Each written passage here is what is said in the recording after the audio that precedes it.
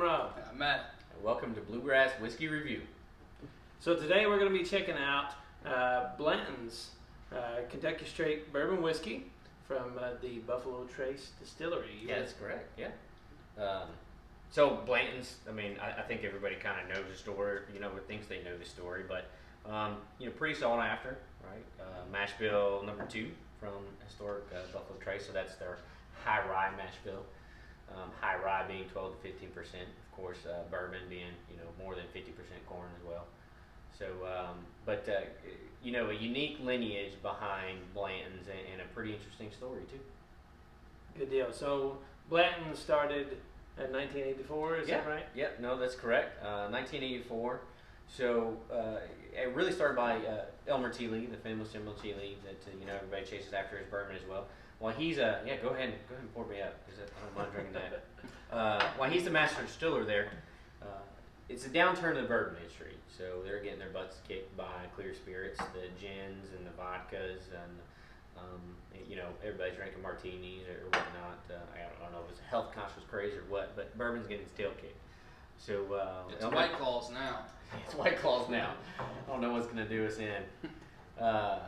So Elmer, about a year before retirement, he comes out with an idea. He remembers, during his time there, actually Albert Blanton, kind of prominent in the community around the area, Stag Distillery then, would invite, local officials, well-to-known people in the area, continue to spread the word about his bourbon. And when he did, Elmer watched, and he used to go pick barrels, from Warehouse H, which is where all Blantons come from. That's their tin-clad or iron-clad warehouse. Supposed to help, heat fluctuation, get that bourbon moving in and out of the barrels. And he called them, the honey barrels, right? That's what he liked, and so he shared it with his friends. And so Albert remembered that, Elmer remembered that, and said, you know what, I think this could help us. I'm going to do something unique. I'm going to do something that nobody else is doing. So he went to Warehouse H. He found those honey barrels, and he bottled them. He bottled them as a single barrel. So nobody else was doing it at that time. So cheers to him, because I think that really kind of kicked everything off, what we're reaping the benefits of now. Gotcha. That innovation. Perfect. And there's no age statement on Blanton's, but it's supposed to be around 7 to 9 years. Is that right? That's from my understanding, yeah. Gotcha. Well, I'm pretty excited about this one. This is episode 1 with the Bluegrass Whiskey Review. So we're going to check it out. We do have a rating system that we've created, a little bit different than others. So our rating system would be: would you buy it? Would you have a friend buy it? Or would you persuade your friend not to buy it? You can just do clear that one. I don't think Blanton's is going to fall into that, but I think we're pretty safe here with our, first episode picking Blanton's. Yeah, it's a pretty solid bourbon. Nosing this, and I love to do it. My wife will tell you when I get home. It's not the first thing I do. I kind of give her a kiss first and the kids. But whatever bottle's on the counter, I'm opening that bad boy up because it's been a long day. Joe sniffs his bourbon like it's, every single day. So he tends to his bourbon. I do. They need to be opened up and cared for. But, I would say not a lot of complexity, but, I'm smelling like raisins, some citrus, I think, maybe a little bit of vanilla, but, not overly complex. And this is my bottle. It's been open since 2018, so I think it was a Christmas present last year. But, so it's had some time to air out. So we're not getting a lot of those vapors. I think the ethanol is kind of, escaped. So, it's subtle on the nose. I think got more citrus and caramel. That's what I'm getting on the nose. I'm definitely getting the citrus, a little bit of oakiness. Obviously, it's that single barrel, right? You're going to get that. 7 to 9 years. Blaine's is the father of the single barrel. That's correct. First single barrel. But, on the flavor profile, I feel like, getting some mild fruits.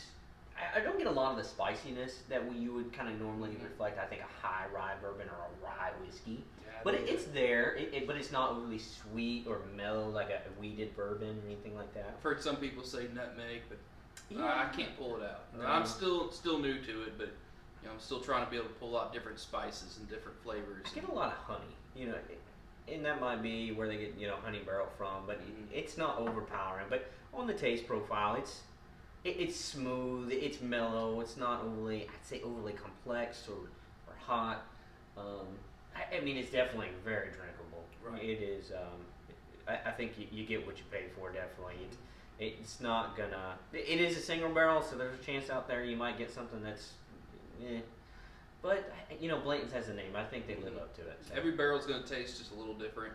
But it's all going to have pretty much that same flavor profile, but just a little bit, few hints different, I guess.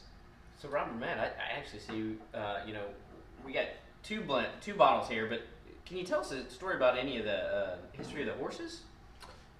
Yeah, so on the horses, we actually have, there's 8 different horses that are on top of the bottle. So when we talk about, each bottle has a letter of the word Blanton, so we have 8 different options. And the N, there's actually 2 separate N's for the horses. So pretty cool bottle, just, beautiful representation of a bottle, but then to top it off with that Kentucky heritage. I haven't collected all the horses. You can collect all the horses. And it's basically spell out Blanton's. So you can put it on your own stave. You can make your own as well. So yeah, definitely a collector's item for sure. Yeah, it's a cool looking bottle, and just looking at price point, I think retail is $59.99 suggested. You won't find it for that very often. About $65 to $70 is normally retail. If you get into your store picks, it's going to be priced $79.99, $80. Secondary. Really no secondary market on it unless you're looking for a specific dump date, maybe a child's birth, a wedding, something along those lines. Then you might pay $10, $15 more, $80, $85 for it. So. Yeah. Speaking of store picks, we actually have one here. So I was lucky enough to get an alert from our good friends over at Westport Whiskey and Wine that they had a Blanton store pick. Excited. So I thought I'd bring it over and share it with our friends. And it is letter A. So again, all Blanton single barrels. But this one was specifically selected by Westport Whiskey and Wine. Run up there, ask them about the story, ask them about store picks. Very unique experience. Still waiting to go on my first, liquor bar on those tickets that I wrote in. You still haven't picked me yet, so I'm sure I can add a lot to your tasting profile team. But it'd be awesome to get on a store pick team. They normally on a store pick, 8 to 10 people probably go. You taste different barrels, it'd be awesome to taste different barrels, and like I said on especially on the Blantons, with it being single barrel, they're all going to taste a little different. So again, yeah, say the single barrels. Another interesting note, they all come from Warehouse H. So Warehouse H, I think I described it as the ironclad warehouse, right? Helping with that heat fluctuation, that transfer of bourbon. This came from Rick 1. I think, where did that one come from? This one is from Rick number 2. Ah, so really cool. Barrel number 43. This one was barrel number 2,942. So a lot of unique stuff you can learn on these single barrel store picks. Where they came from, what warehouse, what Rick, what barrel were they? You can really get into the details. Maybe you want to try to find another bottle like that. Maybe down the road you kind of got that memorized or you wrote it down. Might be a possibility that you find another barrel that kind of tastes similar to this. But what are you guys smelling so far? I'm definitely getting a little bit of a sort of a oat type of aroma, Yeah. or almost like a bread type of aroma. Okay. But obviously, my bottle, the store pick, just came out the other day. We just opened it tonight. Yeah. Where yours has been open a little bit, so it could be a little bit of differentiation there. I mean, I still, it's really smooth for just being open. Yeah. I'm not getting a lot of those vapors, but I get a lot of caramel and say apple or I'm wouldn't getting say citrus. citrus. Yeah. Not really dark fruit notes like I got with the other one, but That's the cool thing too. Everybody's gonna, you know, have something different on the nose, on the palate. They're gonna have something different. You know, we've all been drinking bourbon different amount of time. You know, different time periods. I'm probably the more novice here, I guess. Yeah, both have a very similar copper color, beautiful color to it. But that Westport whiskey and wine pick, I tell you, It's fantastic. It is. It a lot richer flavor. You get more oak. It's not like a burn going down. No. The first one, the non-store pick, doesn't really have a burn, but this one is just, like I said, I hate to say smooth, but it's just solid and smooth. Yeah, So go ahead, Rob. Sorry. that first one just had really nice and sweet on the front of the tongue. Then warmed up quite a bit. Some would say it's called a Kentucky hug, so it gives you that nice feeling down through here. The store pick, I don't get that very much at all. It still has a great finish, but it's much gentler. Could be we're already a little warmed up. Yeah, You know, might could be a be, little might be. warmed up. Go ahead and say it. You want to say smooth. But you know, the finish for me though, I felt like the non-store pick, it almost gave me a drying sensation. Like I had, you know, I was missing something else, and it kind of went away pretty fast.